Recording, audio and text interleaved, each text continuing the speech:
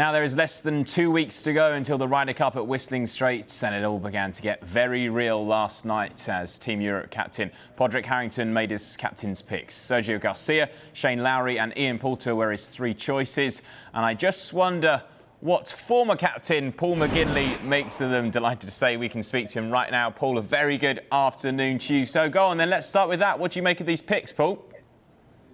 Yeah, I think they're very predictable, to be honest. I think given the options that the captain, Padraig Harrington, had, they were the three picks that many people expected. I think there's obviously a miss not having Justin Rose in that team. He's going to be missed as a player who's coming into form with a huge Ryder Cup pedigree. And I'm sure that Padraig would have liked to have had Justin in the team as well. But only three picks and kind of four doesn't fit into three. Unfortunately, Justin was the one that missed out. But Paul, Justin Rose is a legend of the Ryder Cup. This is a huge decision to omit him, surely. Why do you think it is that he's missed out above the others?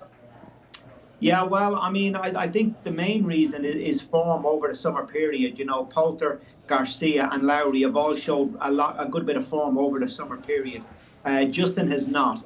Even though he's had two top tens in majors this year, it's been a very poor year by his standard. He didn't finish in the top 25 and he missed over in America. Didn't make the playoff series.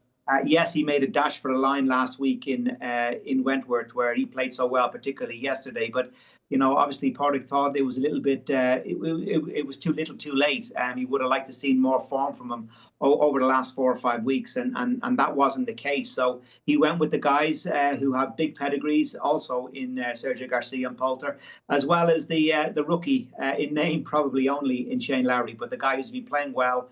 One of the top performing Europeans over the summer, as well as obviously a former Open champion and a player that it seems to be really well fitted to what the test will be over in Whistling Straits, which is a links-style golf course. Yeah, I was going to ask that, Paul. I mean, from your experience, how much do you consider when you're making these captain's picks? Do you think about the likes of who's going to actually suit the course the best out of the options you've got?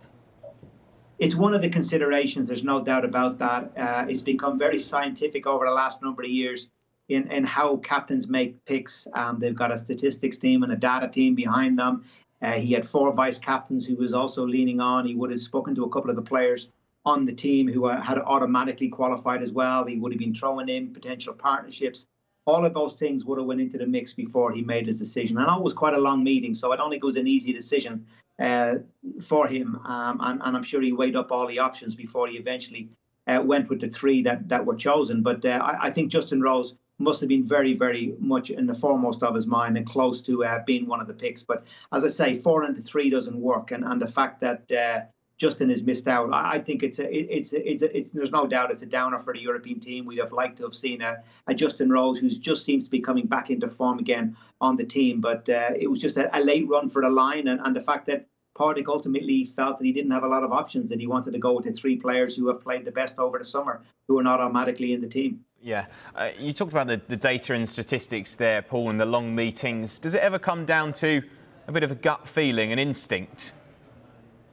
I'm sure it does. I'm sure it does. And, you know, when you talk about instinct and gut, again, he's probably gone with the 3 guys in the team. You know, how can you say that, you know, Sergio Garcia with his pedigree in the Ryder Cup, as well as Ian Poulter and his pedigree in the Ryder Cup, as well with, you know, what he's seen from, you know, one of his best friends in Shane Lowry over the summer period, and how he won, you know, so admirably won the Open Championship a couple of years ago. I think that was all part of his gut decision. I think his gut was also pulling at Justin Rose, particularly with this late run of form that he's shown over the last month or so to try to make the team. But ultimately, he's gone for the guys who have yes, a good feeling, but also, as I say, have played more consistently over the summer period. OK, so the decisions have been made. We heard Billy Horschel, who wasn't picked for the USA team, Paul, say yesterday that he would have liked a call to tell him that and just explain why. Do you think Harrington would have done that with the likes of Rose? And if so, just how difficult are those conversations to have? Yeah, there's no doubt he would have called Justin Rose. Absolutely. The guy who was just outside the team is going to be the first phone call, and obviously the toughest phone call.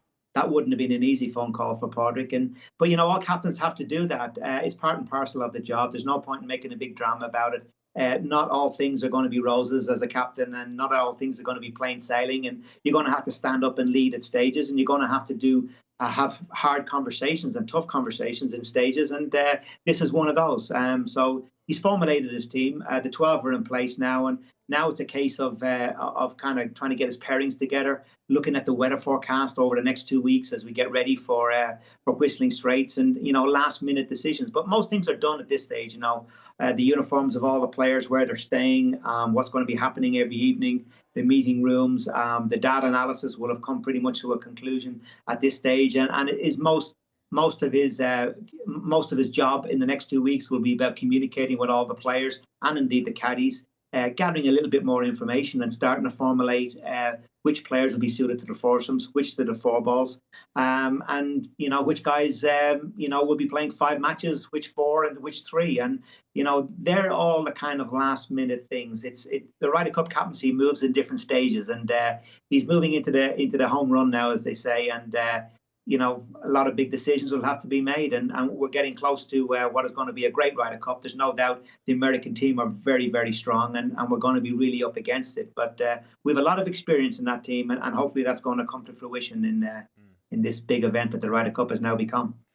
Paul, I'm slightly nervous to ask you this question. Is this the best ever USA team? I think, listen, every time we play a Ryder Cup, that argument comes up. But certainly, if you look at the world rankings and how highly ranked these players on the American team are, you average it out, and I think this is the lowest ever ranking that America have come to a Ryder Cup with. Maybe not in terms of major championships won, but in terms of world ranking, yes. It's a young team. It's a vibrant team. There's no doubt there's a changing of the guard going on over there in America at the moment. With obviously Tiger and Phil not in the team as two. And, there's definitely a youngness to the team, a freshness to the team.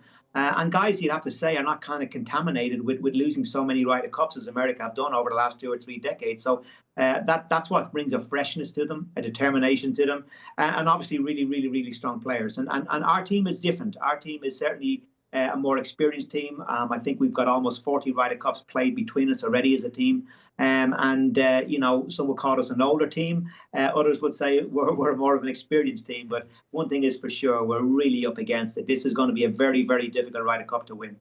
Well, that leads me on to the last question, which I'm sure you can guess, Paul. I'm going to have to ask you for your prediction with less than 2 weeks to go, and I'm sure it might change a couple of times before we actually get that first shot underway.